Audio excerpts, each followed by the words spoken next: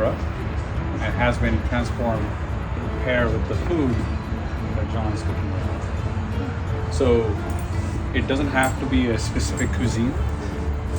It can be any cuisine you bring to the table. You give us that sample and we will curate a wine to match that. It's not the other way around. We are changing that. We are giving you the power of wine in your hands. And you will see that as you try the wine without the food, you eat the food and have the wine, and then the experience just explodes. We are playing with your tongue.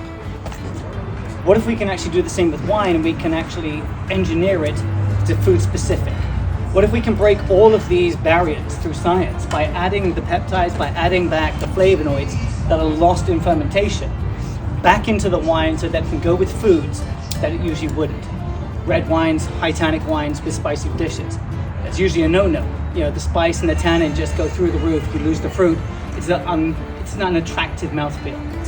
We craft the wine with pure science. We can actually age the wines in a week or two. That takes 5 to 10 years conventionally. Why do we do that? We do that because 2 to 3% of the world's market is for snobs of wine.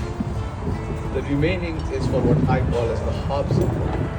We want to make great wines available at very affordable prices through science.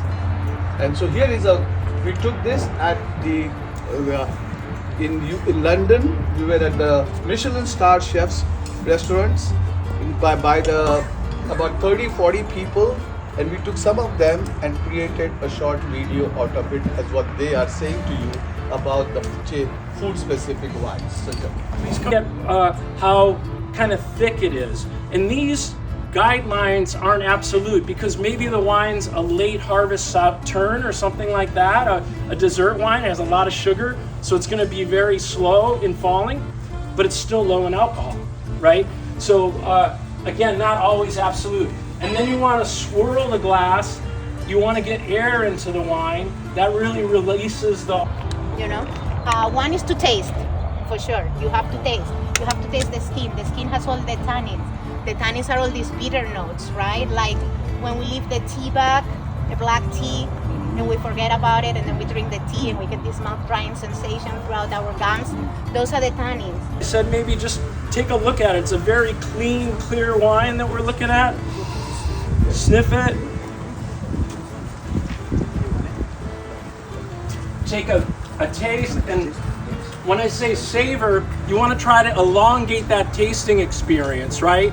Because he said it's powerful, right? That's what Petit Syrah is known for. Aggregation, it's sort of bright and garnet on the edge, and then it goes into very deep dark. There is yeast in the skins, right? So we would let it open a little bit and we would slowly punch it down, because what is in the skin, we know we have tannins, we also have the color, anthocyanins, so all of that and the flavor is in the skin. Today we were honored by the ESPN for the #1 concessions. Napa makes auto parts. There you go. You got on a bumper sticker. Napa makes auto parts. I got it. Thank every single one of you for making this happen. Thank you, Bernadette, for introduction. But what made it special is, you know, the wines that we made, you know, Josefina, Fabricio, we had so much fun making the wine and all this. And 3 years ago, we did not even imagine we'd be at the stage, right? Serving like chefs from Chase Center. And the next world wine, it just completely blew their minds.